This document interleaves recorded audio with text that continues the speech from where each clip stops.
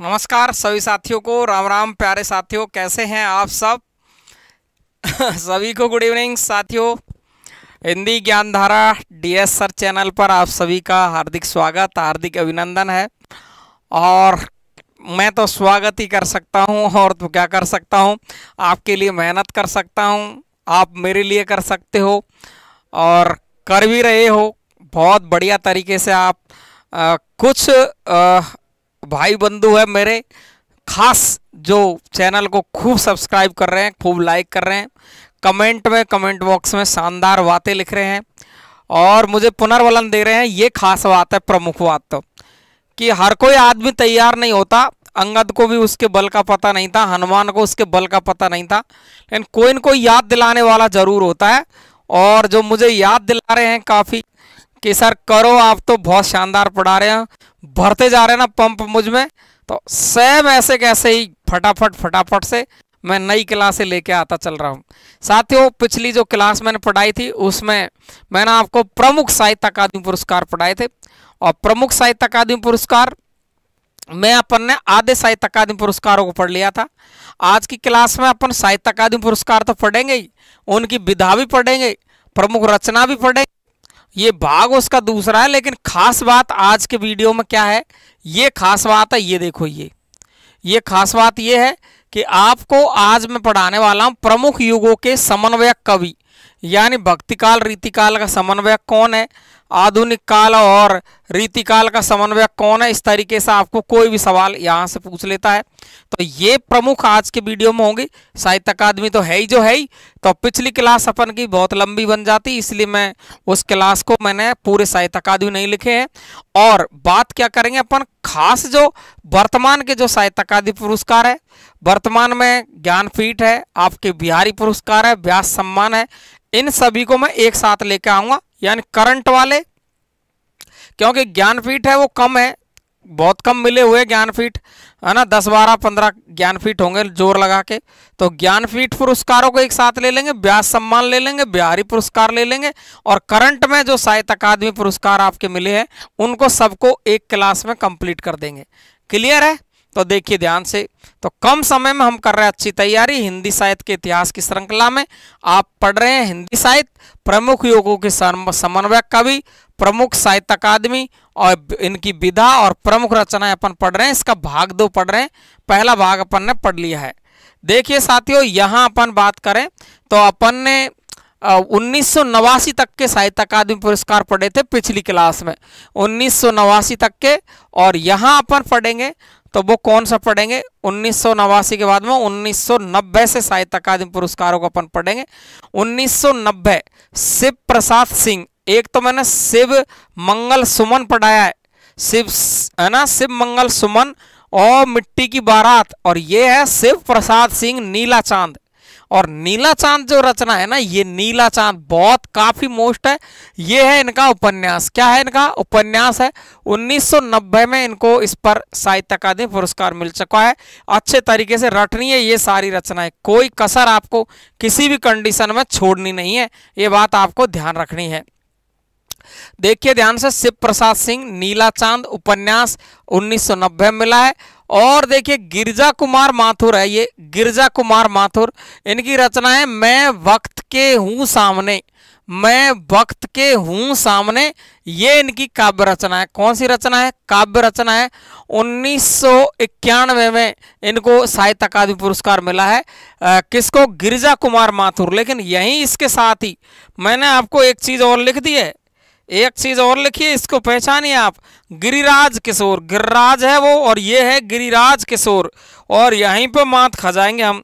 तो देखिए ध्यान से, गिरजा कुमार माथुर को तो मिला है वक्त के हूँ सामने काव्य पर, और गिरिराज किशोर को ढाई घर, इनका ये बहुत फेमस है, ये मैं कह रहा हूँ बिल्कुल बहुत ही फेमस है। ये इनका क्या है, देखना ध्यान से,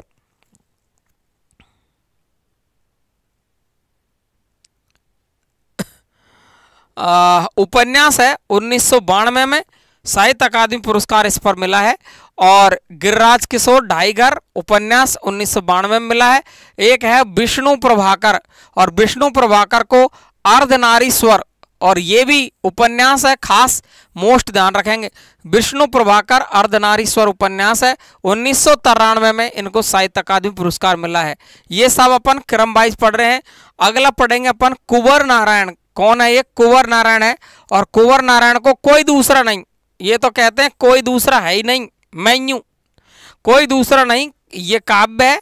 और 1995 में इनको साहित्य अकादमी पुरस्कार मिला है कुंवर नारायण को। किसको? कुंवर नारायण को।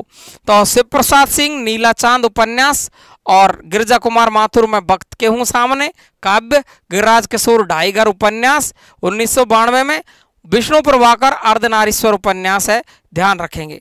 कुंवर नारायण कोई दूसरा नहीं, ये काव्य। और सुरेंद्र वर्मा मुझे चांद चाहिए।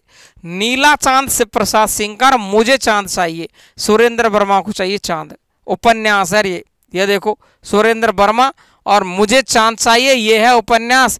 1996 में इनको क्या मिला है? साहित्य अकादमी पुरस्कार मिला है। क्लियर है सभी को? शानदार तरीके से एक एक रचना क्लियर रट जानी चाहिए। और अगली रचना अपन देखेंगे तो देखिए लीलाधर जगूड़ी। लीलाधर जगूड़ी और इनका काव्य अनुभव के आकाश में चांद। चांद पर 3 रचनाएं ध्यान रखेंगे। एक तो नीला चांद। नीला चांद किसका है? अच्छे तरीके से ध्यान से रट लेंगे, शिव प्रसाद सिंह का है। मुझे चांद चाहिए सुरेंद्र वर्मा का है। और अनुभव के आकाश में चांद, ये काव्य रचना है किसकी? लीलाधर जगूड़ी की। 1997 में साहित्य अकादमी पुरस्कार मिला है।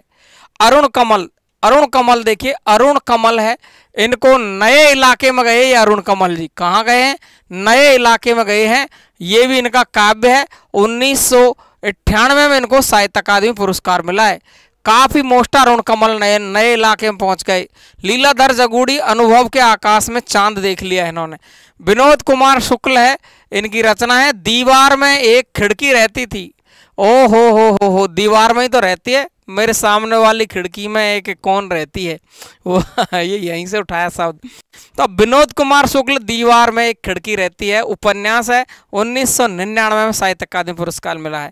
डवे, ये है मंगलेश डबराल, हम जो देखते हैं एक काव्य है। 2000 में इनको साहित्य अकादमी पुरस्कार मिला है। मंगलेश डबराल को हम जो देखते हैं काव्य है। 2000 में इनको साहित्य अकादमी पुरस्कार मिला है। अलका सरावगी वाया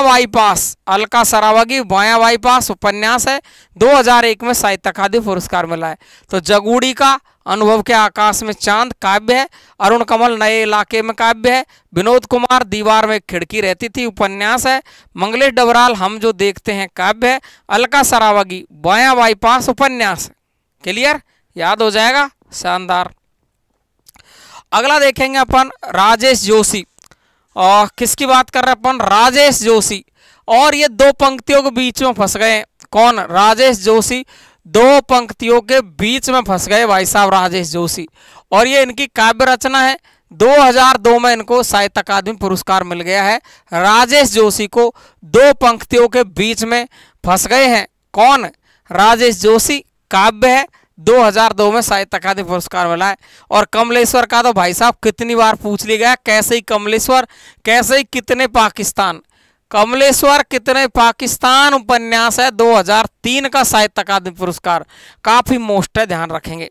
कमलेश्वर कितने पाकिस्तान और क्या और बताओ उपन्यास 2003। मनोहर श्याम जोशी पूरा नाम है इनका। और क्या रचना पर मिला रे, काव्य क्या है? उपन्यास है। 2005 में इनको मिला है इस पर साहित्य अकादमी। कैलाश वाजपेयी, इनकी रचना हवा में हस्ताक्षर कैसे कर सकता है भाई कोई, हवा में हस्ताक्षर कर दिए, काव्य रचना। 2009 में साहित्य अकादमी पुरस्कार मिला है। चंद्रकांत देवताले में पत्थर फेंक रहा हूं, 2012 का साहित्य अकादमी पुरस्कार। चंद्रकांत देवताले पत्थर फेंक रहा हूं, 2012 में साहित्य अकादमी पुरस्कार मिला है। अच्छा देखिए, एक काफी जो मोस्ट है वो आप देखेंगे रामदरस मिश्र।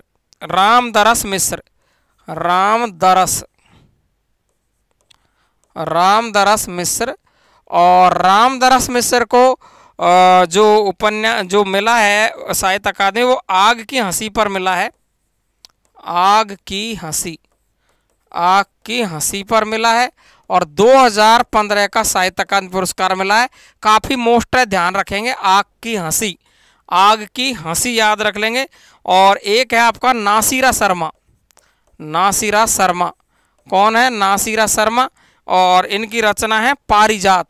पारिजात, पारिजात ये काव्य है और यहाँ पर इनको मिला है 2016 का साहित्य अकादमी पुरस्कार। क्या क्या ध्यान रखोगे? साहित्य अकादमी पुरस्कार। आग की हंसी भी क्या है? काव्य है, ध्यान रखेंगे। तो आपको मैंने शायद कुछ छोड़ा नहीं है, कुछ छोड़ने की कोशिश नहीं की। अब तुम कहोगे सर 17, 18, 19, 20, 21 ये आते हैं करंट में, तो करंट के अपन अलग स्पेशल देखूंगा मैं, खास मोस्टन उनको अलग लेके चलूंगा। तो करंट वाले ज्ञानपीठ पुरस्कारों को पढ़ेंगे एक साथ में, वो कम है। और करंट वाले सवाल है, व्यास सम्मान है और आपके बिहारी पुरस्कार है, मीरा पुरस्कार है, इनको अपन एक साथ में देखेंगे।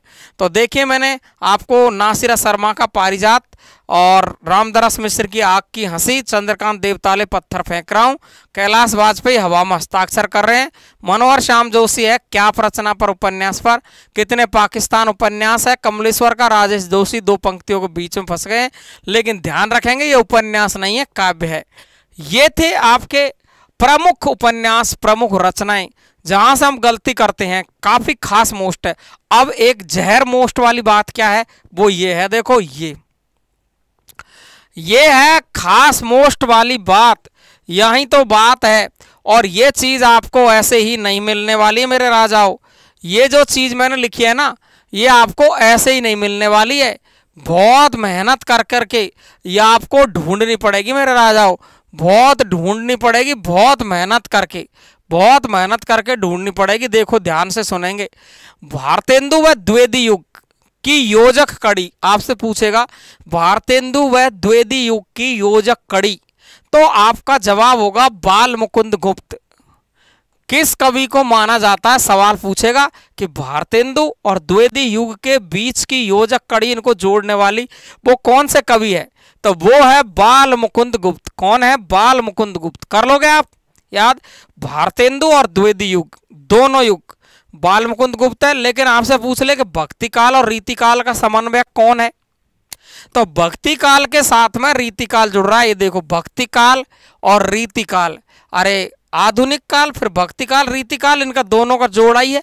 भक्ति काल और रीति काल का समन्वय कवि पूछे तो जगन्नाथ दास रत्नाकर है, जगन्नाथ दास रत्नाकर है। भक्ति काल और रीति काल का समन्वय कवि, ध्यान रखेंगे, जगन्नाथ दास रत्नाकर है। वेरी वेरी मोस्ट है। और यदि भक्ति काल के साथ में आधुनिक काल को जोड़ दे, भक्ति काल के साथ रीति काल, तो जगन्नाथ दास रत्नाकर, और भक्ति काल के साथ रीति काल को छोड़ करके आधुनिक काल को जोड़ दे तो आपका उत्तर है सत्यनारायण कविरत्न। सत्यनारायण कविरत्न जिन्होंने भ्रमरदूत रचना लिखी है, ध्यान रखेंगे। ब्रज कोकिल इनको कहा जाता है, सत्यनारायण कविरत्न को ब्रज कोकिल कहते हैं, ठीक है ना। और जकी नाम से जगन्नाथ दास रत्नाकर लिखते हैं और ब्रज कोकिल है वो सत्यनारायण कविरत्न है। भ्रमरदूत एक रचना लिखी है जिसमें गोपियों का वर्णन किया गया है, बहुत ही शानदार है ना। भ्रमरदूत है, ध्यान रखेंगे। भ्रमर गीत नहीं है, भ्रमर गीत नहीं है, भ्रमर गीत तो किसका है? सूरदास का। भ्रमरदूत ध्यान रखेंगे। तो भारतेंदु द्विवेदी युग की बात करूंगा तो बाल मुकुंद गुप्त है। भक्ति काल के साथ रीति काल जोड़ूंगा, जगन्नाथ दास रत्नाकर है। भक्ति काल के साथ रीति काल को छोड़कर आधुनिक काल को जोड़ूंगा तो सत्यनारायण कविरत्न है। और आदिकाल और भक्ति काल, अब देखो ये तगड़ाई काम है। शुरू का ले लिया और फिर 2 नंबर का ले लिया, पहला और दूसरा यानी आदिकाल और भक्ति काल को मिलाएंगे तो ये है विद्यापति। आदिकाल और भक्ति काल के समन्वय कवि है तो विद्यापति है। चारों के चारों इस तरीके से जहर तरीके से रट लेना है, सवाल बहुत ज्यादा आता है। भारतेंदु द्विवेदी युग की योजक कड़ी बाल मुकुंद गुप्त है। भक्ति काल रीति काल के समन्वयक जगन्नाथ दास रत्नाकर है। भक्ति काल और आधुनिक काल के सत्यनारायण कविरत्न है। लेकिन आदिकाल और भक्ति काल को मिलाए तो विद्यापति है। क्लियर है? ये थी आपकी खास बात आज की। और आप सभी को पता है हिंदी ज्ञानधारा चैनल के लिए एक समर्पित नंबर है 99 83 37 42 93 पर आप चर्चा कर सकते हैं सुबह 7 से 8 और शाम को 8 से 9। साथियों सभी को नमस्कार, बहुत बहुत धन्यवाद आप सभी को। क्योंकि मैं आपको ये टाइम क्यों दे रहा हूँ, दिन भर मैं बिजी क्लास रहता हूं, यानी ऑफलाइन क्लासों में पढ़ाता हूं। इसलिए प्यारे साथियों माफ़ी चाहता हूं कि दिन में मैं बात आपसे नहीं कर सकता, क्योंकि आपको अगर मैं आपसे बात करूं तो आपको पूरा समाधान चाहिए और मैं पूरा समाधान दे नहीं पाता। मैं कहूँगा बाद में बात करूँगा, दोबारा करूँगा, तो थोड़ा सा मैं भी सोचता हूँ कि सामने वाले को अच्छा फील नहीं होता है। तो मैं चाहता हूँ कि आप समय में बात करें ताकि खुल के बात करें।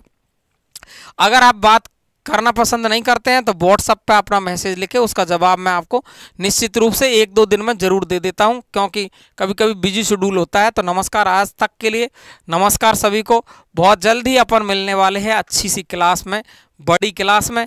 और कैसी लग रही है क्लास, दिल खोल करके बताना आनंद के साथ में कि सच में ही आपका दिल मैं जीत रहा हूँ कि नहीं, मेहनत काम आ रही है कि नहीं आपके। तो आज यहीं तक के लिए नमस्कार साथियों, थैंक यू, धन्यवाद साथियों।